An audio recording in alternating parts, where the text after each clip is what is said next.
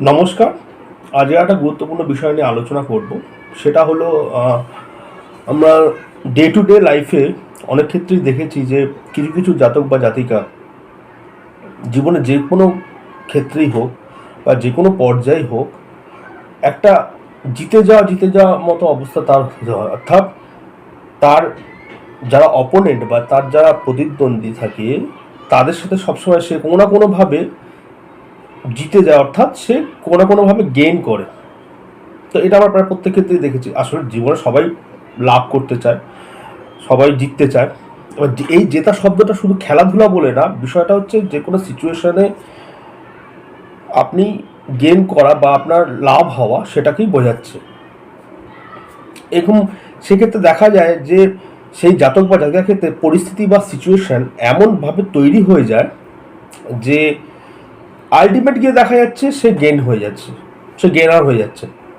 তো এবং তার এগেনস্টেও যদি 10 জনও দাঁড়িয়ে যায় বা কনস্পিরেসি করে, সেক্ষেত্রে কিন্তু কোনো লাভ হবে না, আলটিমেট গিয়ে সে লাভবান হয়। তো এইটা কি করে হচ্ছে, এই বিষয়টা কি করে হচ্ছে, আমরা আসুন অ্যাস্ট্রোলজিক্যালি বা জ্যোতিষিক দৃষ্টিভঙ্গি দিয়ে ব্যাপারটা আলোচনা করার চেষ্টা করি বা বিশ্লেষণ করার চেষ্টা করি। কারণ এই বিষয়টা খুবই ইম্পর্টেন্ট। আজকালকার দিনে যে হার্ড কম্পিটিশনের যুগ, যে প্রতিযোগিতার যুগ, সেক্ষেত্রে মানে আপনাকে যদি টিকে থাকতে হয় তো আপনার গ্রহ পরিস্থিতি অনুকূল হতেই হবে, নাহলে আপনি কিন্তু বেশিরভাগ ক্ষেত্রেই ঠকে যাবেন বা অন্যের দ্বারা ডমিনেটেড হবেন। তো আসুন দেখা যাক।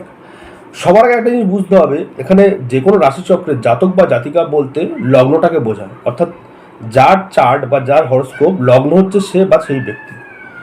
যখন লগ্ন সে বা সেই ব্যক্তি, তার মানে বুঝতে পারছেন এখানে সবার ফার্স্ট ক্রাইটেরিয়া বা কন্ডিশন হচ্ছে তার লগ্নটাকে স্ট্রং হতে হবে, অর্থাৎ লগ্নটাকে বলবান হতে হবে। কী করে হতে পারে? সেক্ষেত্রে লগ্নপতি লগ্নে বসে থাকতে পারে, বা লগ্নে উচ্চস্থ গ্রহ বসে থাকতে পারে, বা লগ্ন বা লগ্নপতি বর্গোত্তম নবাংশে থাকতে পারে, বা পুষ্কর নবাংশে থাকতে পারে। এই ক্রাইটেরিয়াগুলোর মধ্যে এই যে 4-5খানা যে কন্ডিশন বললাম, তার মধ্যে যদি 1-2টো কন্ডিশন যদি পাওয়া যায় কারো চার্টে, তাহলে বুঝতে হবে তার লগ্নপতি স্ট্রং। আচ্ছা, এখানে একটা কিন্তু মাথায় রাখবেন, যখনই আপনি কোনো কম্পিটিশন বা আপনি কারো এগেনস্টে দাঁড়াচ্ছেন, তখন আপনার অপোনেন্ট যে এখানে সেভেন্থ বলতে শুধু হাজব্যান্ড বা ওয়াইফ বোঝায় না। এখানে জাতক বা জাতিকার এগেনস্ট যে আছে সেই তার সেভেন্থ, অর্থাৎ যে তার সাথে কম্পিটিশন করছে বা সে যে তার এগেনস্টে দাঁড়িয়েছে।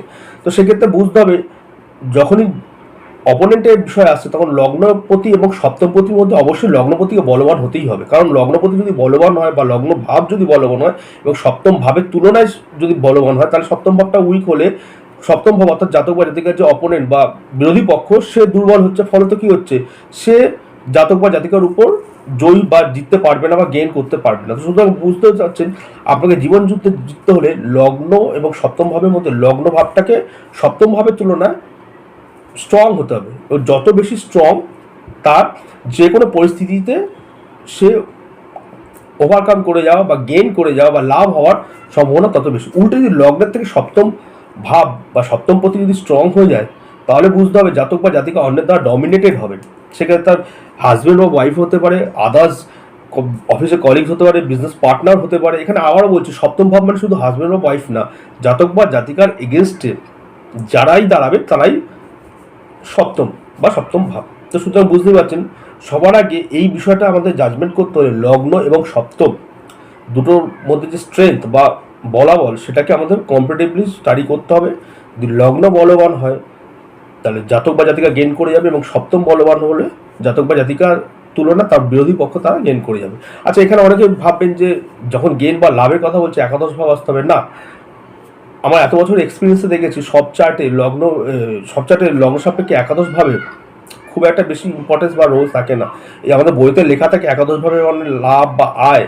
একাদশ ভাব মানে তার মানে সব ক্ষেত্রেই আপনার লাভ বা গেইন করতে গেলে একাদশ ভাব লাগবে, সেটা কিন্তু নয়। অনেক ক্ষেত্রে দেখা যায় তার একাদশ ভাব খুব একটা বলবান নয়, কিন্তু লগ্ন ভাব বলবান হওয়ার ফলে জাতক বা জাতিকা সব জায়গায় গেইন ওভার করে যায় বা লাভবান হয় বা ওভারকাম করে যায়। আচ্ছা, এখানে একটা জিনিস মাথায় রাখবেন, সপ্তমের দ্বাদশ ভাব হচ্ছে লগ্ন সাপেক্ষে ষষ্ঠ ভাব।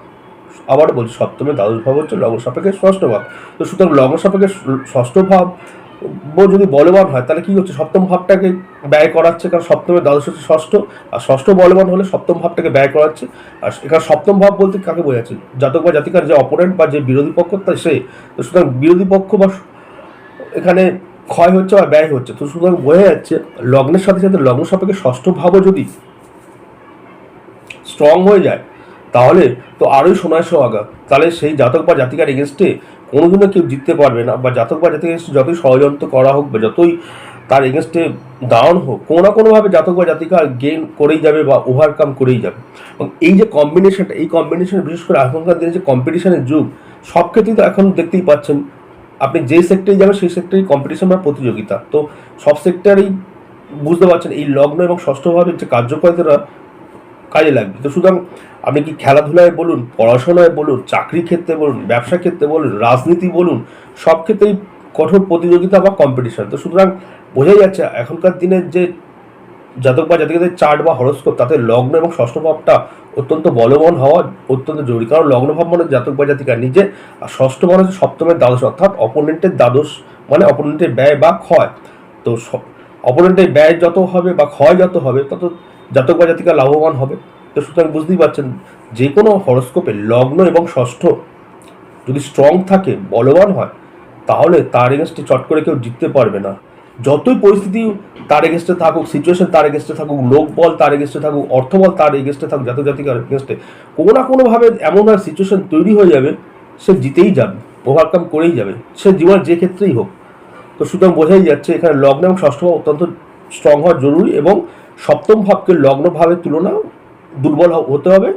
এবং যেহেতু ষষ্ঠ ভাব সপ্তম ভাবে দ্বাদশ ভাব বা ব্যয় ভাব, তো সুতরাং ষষ্ঠ ভাব স্ট্রং হলে অটোমেটিকলি সপ্তম ভাবটা দুর্বল হয়, অর্থাৎ কারণ ষষ্ঠ ভাবটা সপ্তম ভাবকে ক্ষয় করাচ্ছে বা ব্যয় করাচ্ছে। এর সাথে দৈবের ভাব আমরা জানি পঞ্চম এবং নবম ভাব। সেক্ষেত্রে নবম ভাব যদি স্ট্রং, নবম ভাব মানে দৈব বা নিয়তি, মানে যেটাকে বলা হয় আমাদের থার্ড পাওয়ারের আশীর্বাদ বা দৈবের আশীর্বাদ, মানে একটা অদৃশ্য শক্তির আশীর্বাদ, সেটা হচ্ছে নবম ভাব। আর নবম ভাব যদি স্ট্রং হয় তাহলে আর কোনো কিছু বলারই নেই। তো সেক্ষেত্রে জাতক বা জাতিকা সব ক্ষেত্রে সুযোগ সুবিধা পাবে, সব ক্ষেত্রে জাতক জাতিকা ফরে ঘটনাগুলো ঘটবে, জাতক জাতিকার হয়ে অনেকে কথা বলবে বা জাতক জাতিকা অনেক ক্ষেত্রে সাহায্য পেয়ে যাবে, হেল্প পেয়ে যাবে।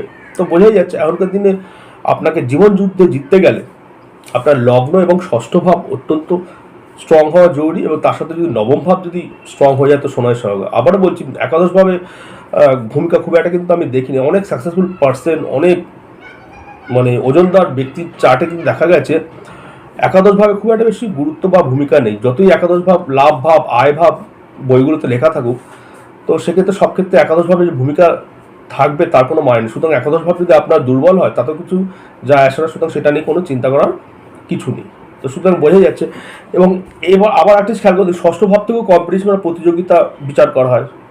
আর একটা ব্যাপার, লগ্ন এবং ষষ্ঠ ভাব স্ট্রং থাকলে তার আইনত সমস্যা, ঝামেলা, মামলা, মোকদ্দমা, এই যে বিষয়গুলো সেক্ষেত্রেও সে উইন ওভার করবে বা জিতে যাবে, বা তার এগেনস্টে যে কেস যদি কেসও হয় সে কেসগুলো থেকে সে ছাড়া পেয়ে যাবে।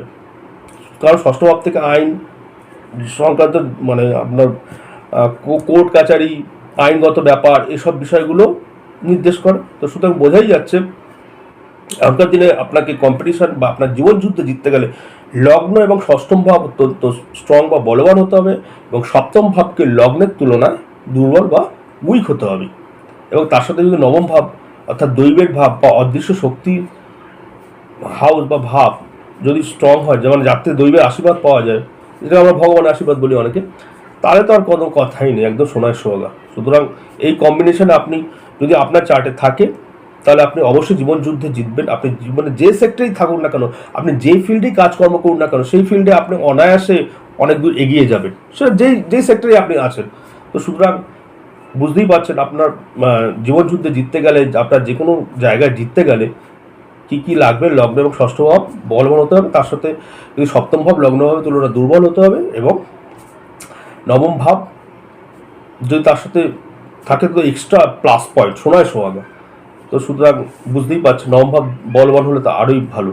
তো যাই হোক, আশা করি ছোট্ট ভিডিওটাতে আপনাদের খুব একটা গুরুত্বপূর্ণ বিষয় আজকালকার দিনে, যে কীভাবে আপনি জীবন যুদ্ধে জিততে পারেন, সেটা আপনার চার্টের নির্দেশ কীভাবে পাওয়া যাবে সেটা বোঝাতে পারলাম। আপনার যদি ভিডিওটা ভালো লাগে লাইক করবেন, কমেন্ট করবেন এবং শেয়ার করবেন। আবার বলছি আপনাদের যে বিষয়ে ভিডিও দেখতে ভালো লাগে, যে বিষয়গুলো আপনি জানতে চান আমাকে কমেন্ট বক্সে কমেন্ট করে জানান, আমি অবশ্যই চেষ্টা করবো আপনাদের জানতে চাওয়া বিষয় নিয়ে ভিডিও করা। নমস্কার।